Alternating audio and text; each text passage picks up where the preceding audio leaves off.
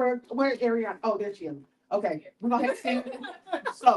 So you know, kind of the East Coast style. No, you're gonna stand in front of her. She's gonna do her poetry. Come on, you two, my cowboy man.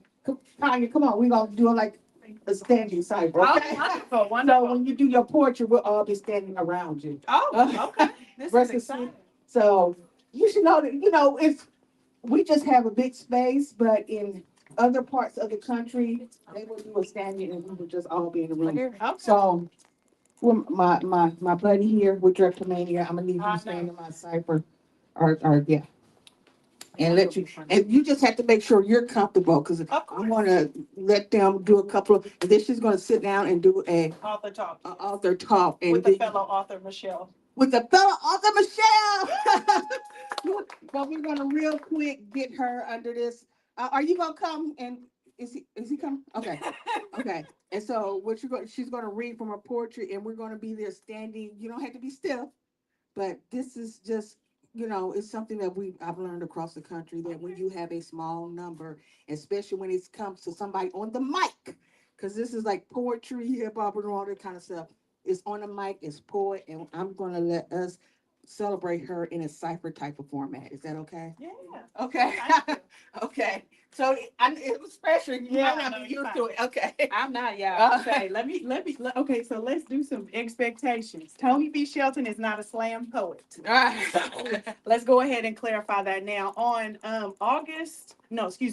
January 16th, 2025, I received an email that my services were no longer needed. And so if any of you all have navigated being laid off before, especially those of you that maybe have tied your whole identity and worth around your job, nobody in here would do that. Oh, but I had. It can be jarring. You can become depressed, right? You can become anxious because you wonder, will I work again, right? And so I wrote The Healer is Sick. And I titled this book, The Healer is Sick, because I felt as though it was my alignment with the over 700,000 African-American women that we know to date have been laid off over the last couple of years. What do we do when the folks that go extra hard, the people that prepare the food, right? The people that rock the they rock the bassinet, they organize and do the campaign, they start the businesses. What do we do when the folks that are supposed to be the healers are sick? What happens when Big Mama doesn't work no more, right? And so that is what I put within these pages. And I wanted to put in essay and poetic format what I needed to hear when I was struggling with my mental health, because I was unemployed, because I was questioning, who am I without a job? Who am I without a check, right? And we know that we belong to the Lord, but sometimes we forget. Sometimes we forget the call, and sometimes we forget whose we are, but I'm not going to get off on that because Miss Daya wants me to do some poetry. So this first poem is called Artistic Needs. Who in here is an artist? Raise your hand. Wonderful. All the artists wanted was love, but they gave us applause and bouquets. All the artists wanted was to be protected, but they gave us unnecessary gaze and unnatural ways. All the artists wanted was to be held, but they gave us $1 and taught us to open our hand. All the artists wanted was safety, but we learned that peace had to be earned, desire had to be burned. All the artists wanted was a rocking chair and a picket fence, but instead was handed a microphone thrust upon a stage. So here goes nothing, said we artists. So finally, the artists picked up the paintbrush, scribbled furiously on paper, searching for understanding, molding acceptance, pinning the characters they needed, drawing the courage they wished would actualize in real life.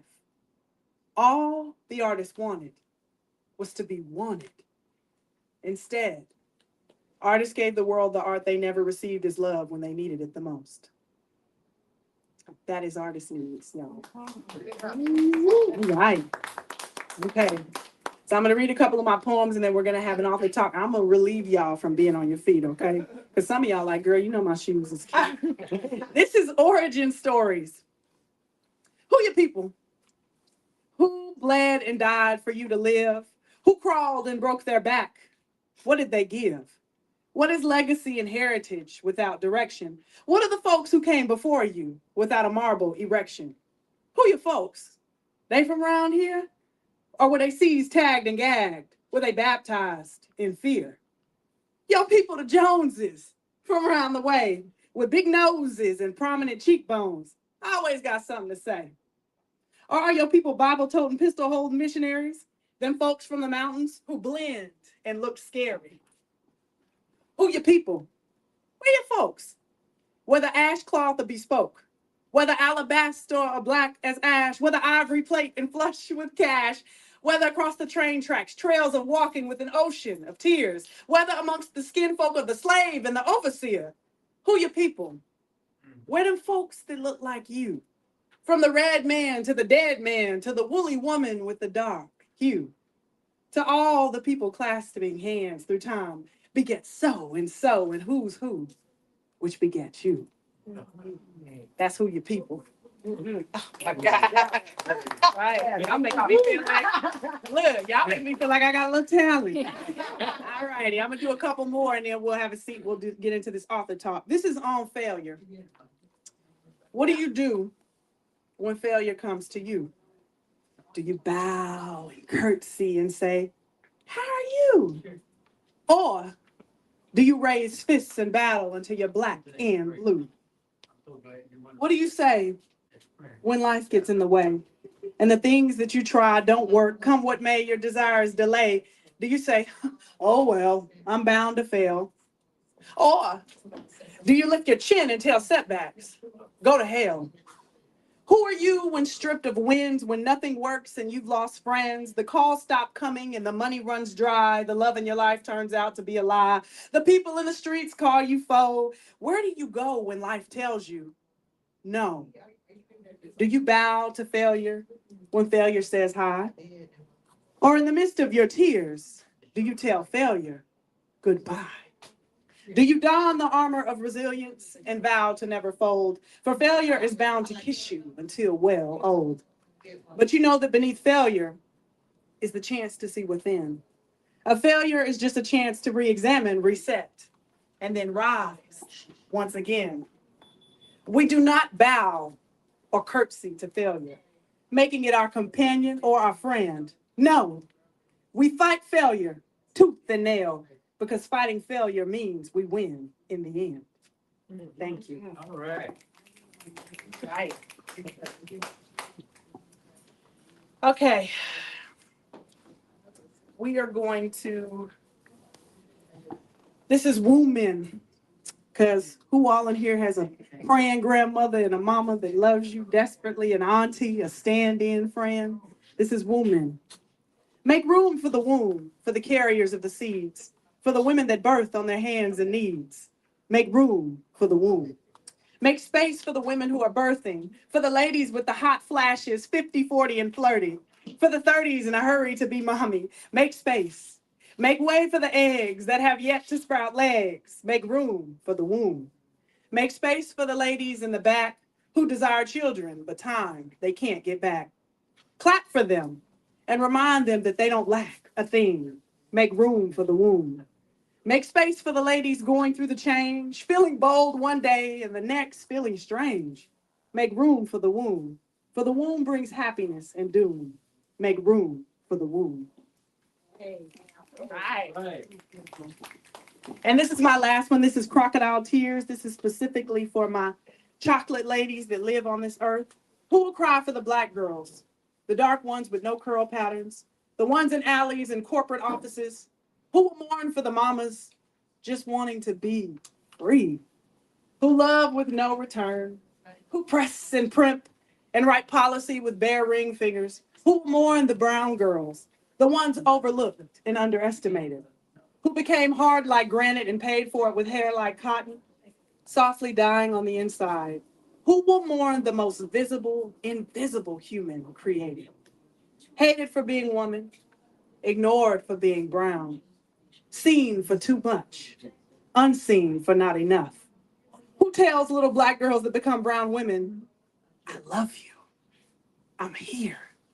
Who says, You don't have to earn my love with your brain, your brawn, or your booty. As my sister, to love and protect you is my duty. Who thinks of Black women who carry the weight of the world and are obese with societal expectations, eating and stuffing and wine Wednesdaying themselves to devotion, sitting in church pews being celebrated from subservience? Who sees her? Who frees her? Thank you. Hey, hey, hey. All righty, we're going to jump into this author talk if that's okay. Yeah. Hey. Thank you, Miss Danya.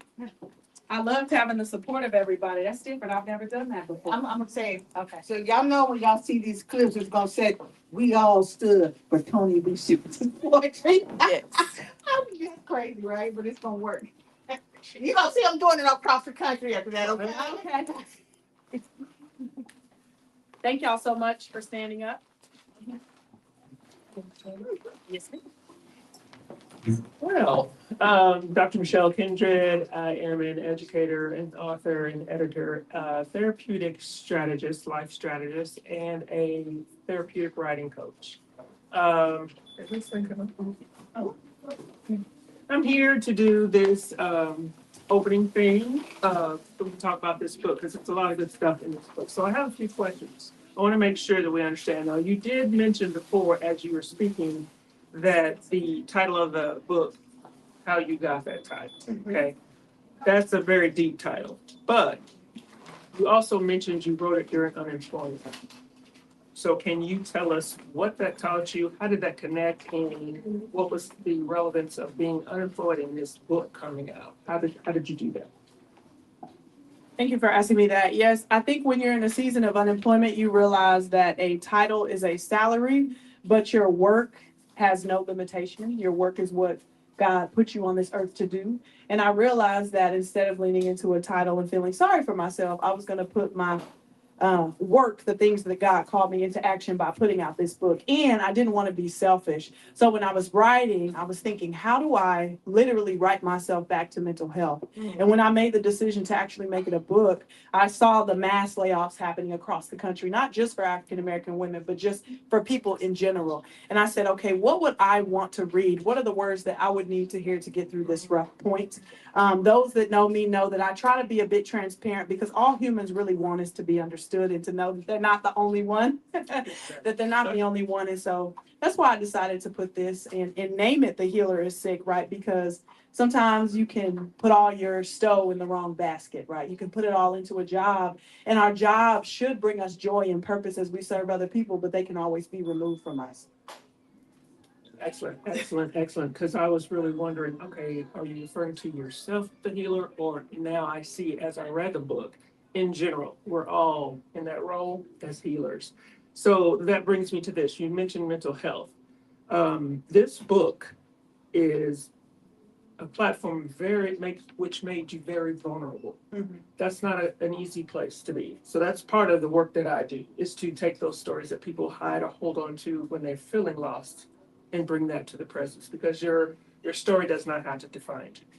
Okay. So with that, being vulnerable in mental health, how did you use your writing to steer you back? You did mention pour myself into it for my mental health. How did that process go? Right. So when you're not unemployed, right? When you're unemployed, you're not rushing out the door, right? You're not. So you have what's the benefit of time. And so I got really deep into my journaling. The first thing in the morning, I would just free write, thanking God, saying my gratitude prayer, but also just journal through the things that I was going through. That's when I discovered Substack. Shameless plug. If you are a writer, you need to get on Substack. It is a wonderful platform. You need to get on Substack. But I would just write every day what it was that I was thinking, what I was going through. The 4 P's are in here, and that was how I navigated. Okay, if I don't find a job by this point, I'm going to move home. Oh, here's my strategy to activate here. Here's my strategy to activate there. So when I write, it's me trying to make sense of what's going on around me. And when you lose your job, you lose. In my mind, I felt like I lost some sense of control.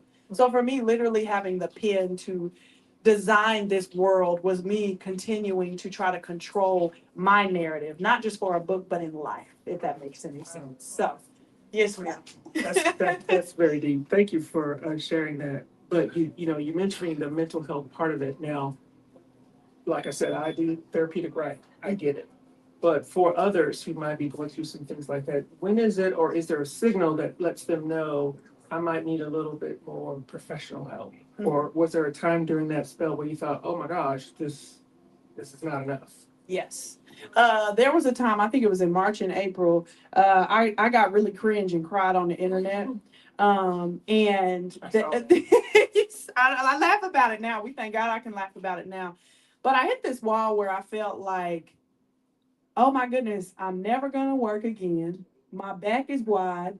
And I had starter locks at the time. I'm telling you, it was too many struggles for me to be navigating because I'm like, I don't look good, I don't feel good, I'm not getting a check. I just moved, and that's the thing. I had just moved to the DFW area, and I was so excited because I was like, oh, I'm gonna spend a lot of time at Pan African Connection and the Doc Bookshop and all these places I had been seeing on the internet when I lived somewhere else, and I'm like, oh gosh, I am a failure. I am failing. So that ego got in the way of just like, okay, what's really going on here? And one morning I just woke up and I was just in tears. Like, and I just couldn't stop crying. And I think when the layoff happened, I got laid off on a Thursday. I packed my laptop and charger and shipped it back Friday. Like, I just was like, I need to move on. Like, I need to. That Monday, I got up. I was working on Dream Big, the manuscript, the children's book. We were already working on it before I got laid off. But I was like, we're getting this done in 3 weeks. I'm going on a tour. I'm looking for jobs. They're not going to see me sweat. It was always like, they're not going to see me sweat. You're like, who is they? Yeah, it's like, who's watching you? And I feel like it wasn't until late March or April that it actually hit me like, oh, I'm grieving something that I really liked. That I really thought, okay, I love this work that I do. And you have to seek help when you start having those days consistently. The moment that I asked myself, with no active plan, but the moment that I asked myself, would life be better without you in it? That's when I realized, okay, we're a little far out.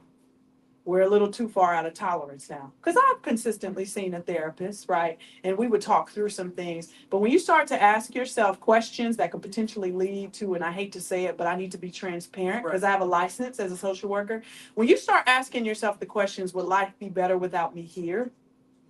That is when you need to really look into seeing a therapist. If not, don't be ashamed of trying to say, hey, there are inpatient behavioral health facilities. You need to call someone that loves you and talk with them and say, hey, I am really struggling here. I don't need to be left alone. And luckily, I lived with someone, so I was able to process that with her as well.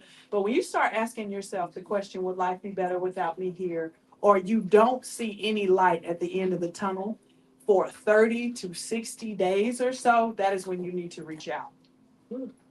That's a good nugget right there. Yeah. And we do need you here. So I'm Yes. glad you decided not to do that or Yeah. get that far gone. You mentioned there were over 700 Black women also. Over And where did you get 700,000. that information? Yes. TikTok. No, I'm just, no, I'm just kidding. There are different articles that I had read. Some numbers say 300,000 between a certain time period. Some are saying 400,000.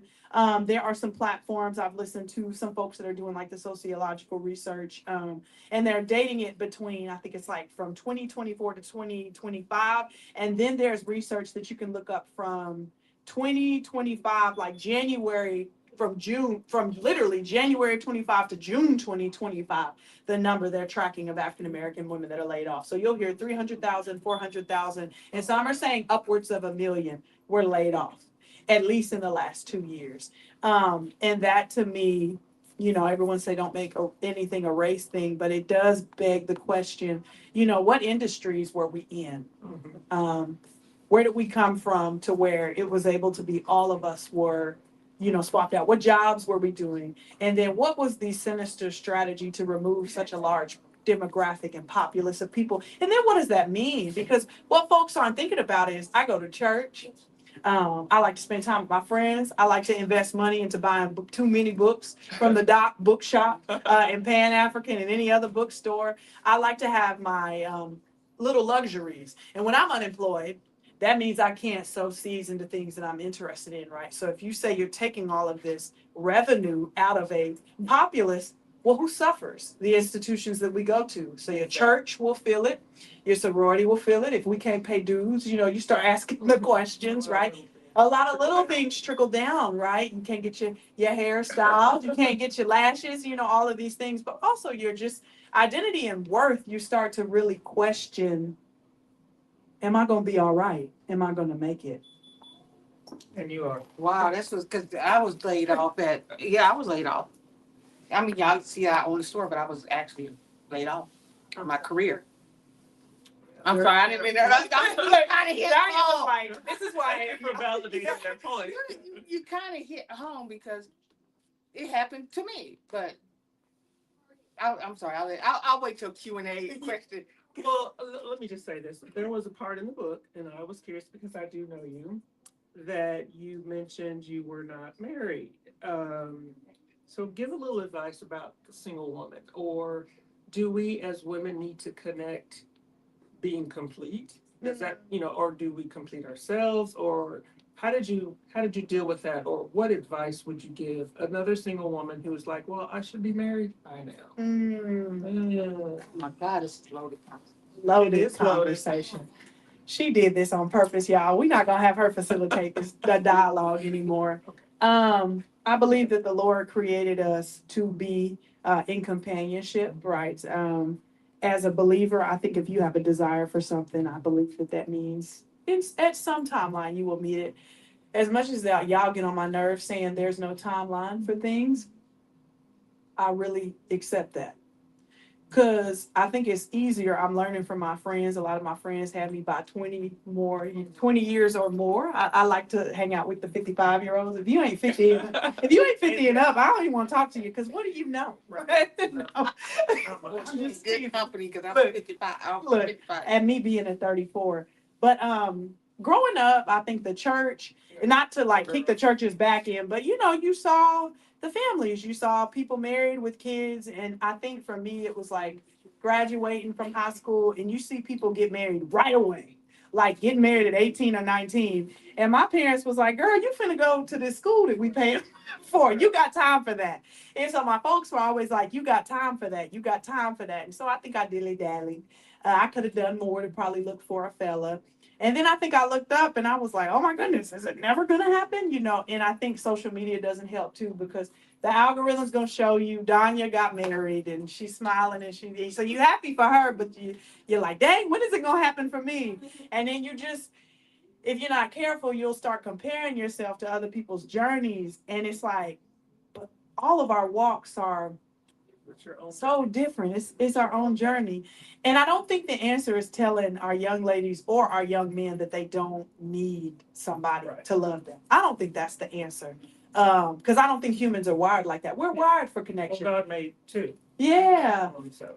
Romantic, platonic. But speaking to women that are coming through now, I think you really have to figure out who you are as a human. What do you like? What do you dislike? And understand that the reason you're here is because there's a higher calling for you, that you have a gift. Nurture that gift and be okay with receiving someone to love you. Because I'll be honest too, sometimes I think back, I dated some pretty cool guys, but I wasn't the healthy person for them, right? And so you see people moving forward and you take that as a lesson if you're wise. I truly believe that sometimes we get kind of the same person, right? Because we haven't evolved. Right. And so the minute that we allow God in and we evolve, then we start attracting something different. But I would tell single women, to continue to invest in the things that you love and the things that you enjoy, because with or without a husband, I meet so many folks that they were married and maybe their partner falls ill, or maybe their partner, not to be crass, but leaves them, or their partner passes away. You still have to figure out why God has you here to lead in love, So I think we continue to be honest about this is what I desire and be okay with asking for that because God hears our prayers, but also be okay with writing your books and building your career in your life and spending time with your friends and doing things that bring you life. Because even when you get that person, you can't bury yourself in their neck because they're going to get rid of you because they like you let me go. So, yeah. Excellent. And I kind of want to tie that in because you said it first, that when you lost the job, you felt like you lost control. When you were in control of things, you like this, you like that. Well, with being married or finding a partner, it's the same thing. You don't have control of everything. And you turn right to God in that moment. Pray, Lord, help me, I need help. And you started writing. Same thing. Turn to God. Like you just said, ask for what you want. So working on you, yes. Find your own hobbies, your own things, your own people, and turn to God. He will give you the rest. You said that yourself. I appreciate that. So the last thing I just wanted to ask was you're a writer, but how do you feel authorship is more relevant to what you're doing? Because you write, you're a poet, all of that. So how does that differ from being an author? Or how do you explain the difference or want? If I'm honest, one, it's a very selfish reason. I think books are going to be my legacy. So, okay, repeat the question for in the back. The question is, let me see, I have it on here.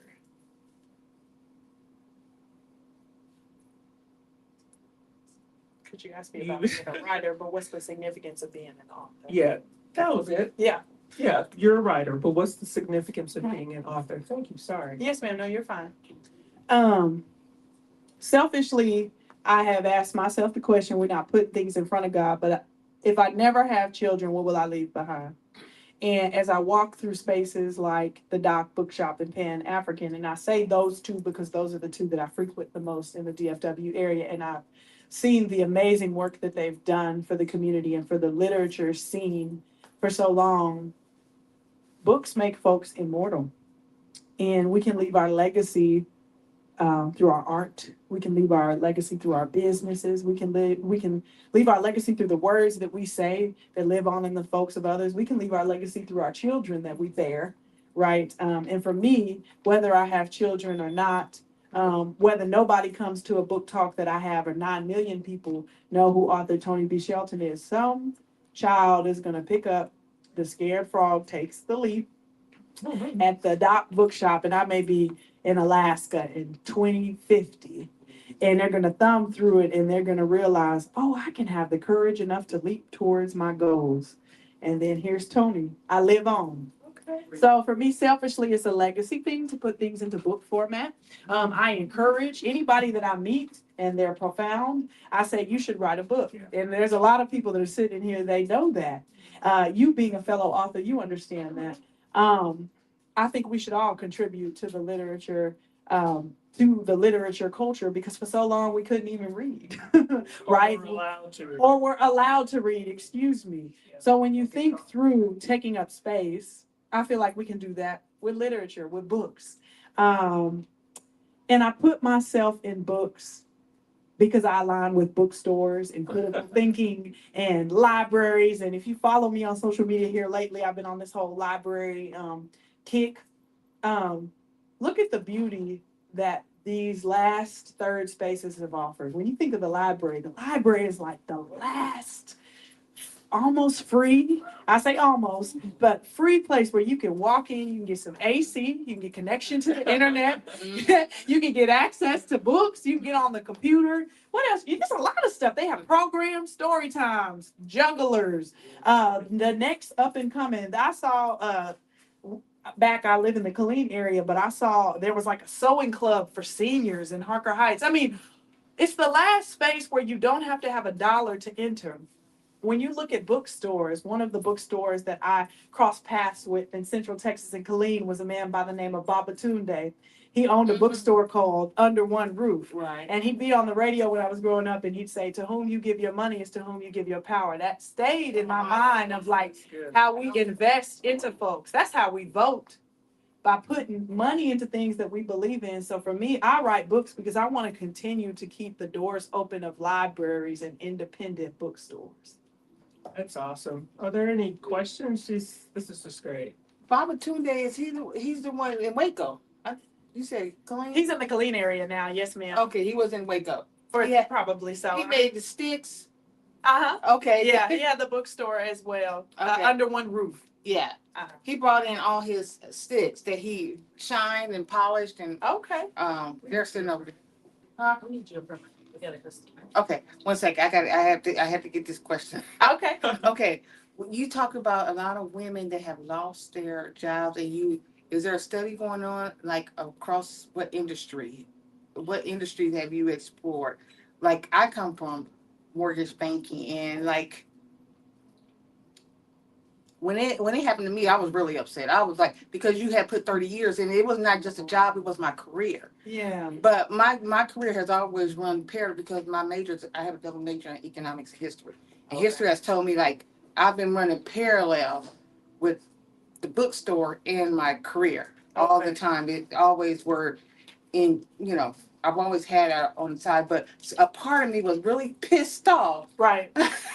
when when I lost my career. And to me, for me, it was at the hands of a lot of white women were in play at this time in the corporate level, and it was not the white male. To me, it was the white women that did me in. Oh,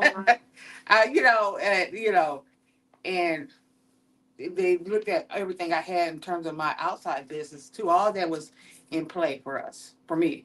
yeah, so I'm 34. There was a young lady, we're in a business incubator, we're being developed to be multimillionaires, so we're gonna get in contact, we're gonna run this play. There was a young lady that would say her mom would always tell her, never show your business or what did she say? Don't show all your business or something like that. She's talking about from clothes, but I remember my mom and my grandma would be talking about, don't let them folks up at that job know everything that you got going on. I'll be ear hustling like a little kid, but I remember they say you can't let everybody at your job know what you got going on. And it's really sad too, because there's such a dynamic aspect to human beings. But when we understand that these roles have systems and checks and balances, and folks that are literally, dare I say, envious of you, dare I say, pocket watch, like, so in their mind, they're like writing articles about me, ain't nothing I could hide. mine. So again, you can't hide I that couldn't hide brilliance. it. You can't hide your I brilliance. think a lot of times they can't imagine that you did that. Like you have a bookstore or you have a business. How does she do that? Uh-huh. Or I used to get it when I worked in public education. Oh, can we see the principal? You looking at it? Like, am I not that person? Do I what? Oh, I thought you were just a teacher. Not just a teacher. I got some wonderful teachers. Right. So I think a lot of times their vision is you couldn't possibly. I mean, it just automatically, subconsciously, you couldn't possibly be that person. So they dig into you to see how they can destroy you because it just shouldn't be, and that's sad.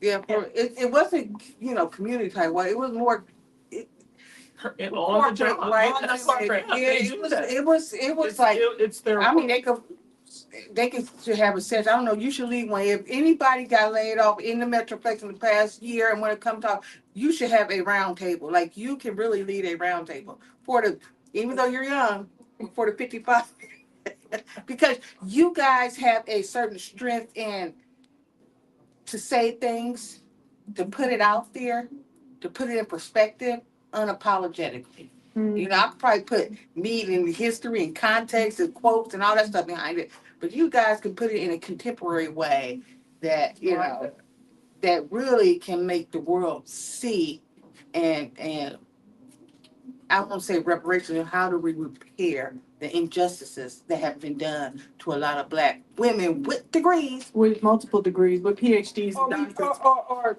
we change the educational system that caused us to get loans. Yes. And okay, fine. Y'all got rid of us all. Good. 400,000 of them. Now let's go to the financial institution. They don't pay their student loans back. That's how that works. They don't have jobs, they don't pay the student loans back. Right. And I say this, well, I have said a lot of corporate America. Let me take that back. So I said either the corporation is lying to the college institution or the college institution is lying to the corporation. One of y'all lying, because I have not, with all the degrees that I have, haven't been compensated at the level I should have been compensated. So I don't think I paid the student loan back, because y'all lied to corporate America. Y'all should have held corporate America accountable for those that have their degrees. and they did some, not only just degrees, but their work experience, all that stuff is kind of into play. You know, just kind of, maybe that's something that we could put out there in the universe under that young leadership that says, okay, we ain't paying those student loans. 400,000 of us lost. We gonna take them student loans and do something with them. And community care is real, right? So when you think of who has been quietly put money in the collection plate and who has quietly funded things, right, that we don't even talk about, who keeps Pookie and Ray Ray going to school, who put an extra down payment on their parents' nursing home bill. I mean, when you look at it, and I told you, I don't want to deal with you if you ain't 50, 55 and up. I give Gen X a hard time, but as I go older and I see how we're both gonna have to run this, it's y'all and us. It's millennials and Gen X time now as far as the workforce, the entrepreneur, the community, right? Boomers are, not that they're out of there, but they're in a different phase of life. It's time for them to consult. It's time for them to be able to kind of sit and pour that insight, but we still have to kind of run with the baton a little bit. And I think there's been a grave disservice done to the sandwich generation, because you fell right in there with me of taking out student loans, maybe for degrees that maybe paid you X amount. But then when you look at what happened with the '08 crisis and you look at what happened in COVID and where you were in your career path, whether you were working or you were an entrepreneur, whether you had kids in high school or you were getting ready. Like I worked with someone, they were getting ready to send their kid to college when COVID happened, right? And so it was like, am I going to even have a job, right? Folks that were too. Oh my God. folks that were thinking, were they going to be able to retire? They were thinking they were going to retire in 19 and 20, and then it was like, oh, not with that 401k looking like that, right? So it's like we are having to be in this world together, and we're going to have to provide community care with such a large populace, right? And we've always done it. We've always opened our door. If there's enough, we're going to put something on a plate. Somebody's Healer. gonna put something on a plate. Somebody has a couch for you to stay. I ain't gonna pay your bills, but you can stay on the couch you can come back. My folks let me, you can come home, save your money, which is what I've been doing. Get you a job, stack up, and then if you need to leave, you can. But we are going to have to be intentional about financially supporting one another and sharing the resources that we do have and doing recommendations. I have done 9 million recommendations for former coworkers that have me by 20 and 30 years. And if they are putting themselves in the position with degrees to go and work at Walmart and Chili's and have multiple jobs, then how dare I feel like I can just sit at home? So I say we are in this together, and we have to leverage our strengths.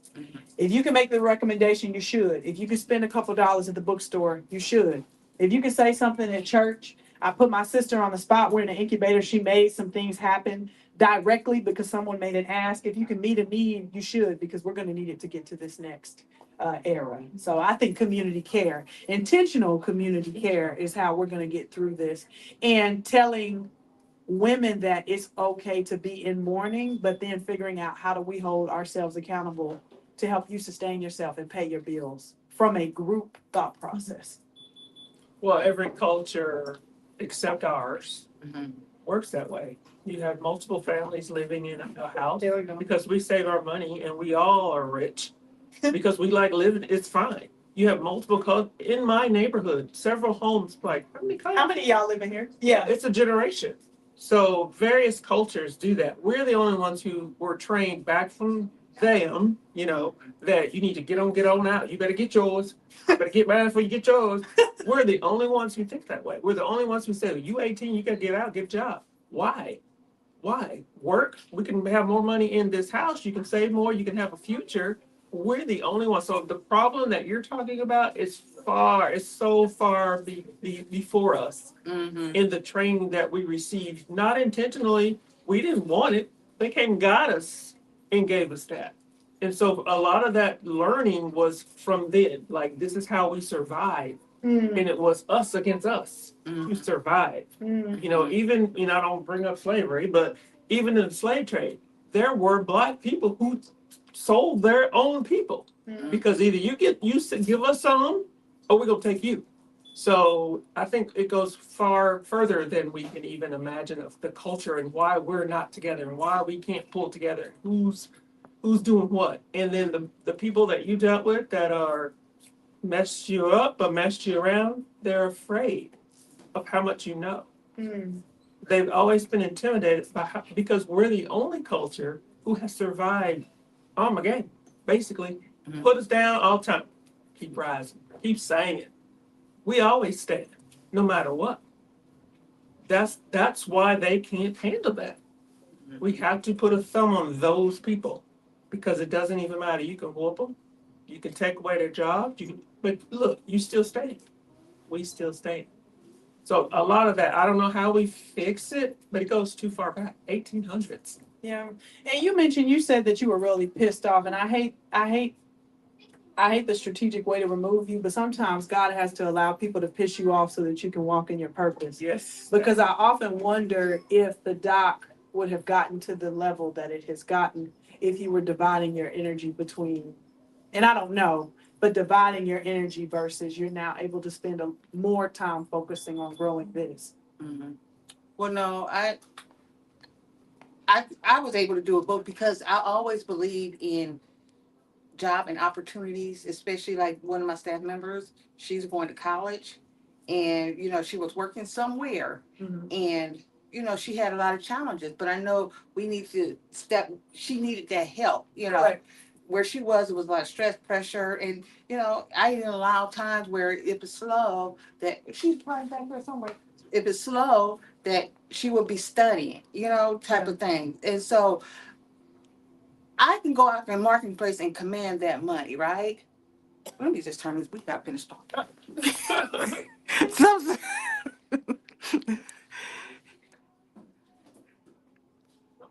we got enough footage.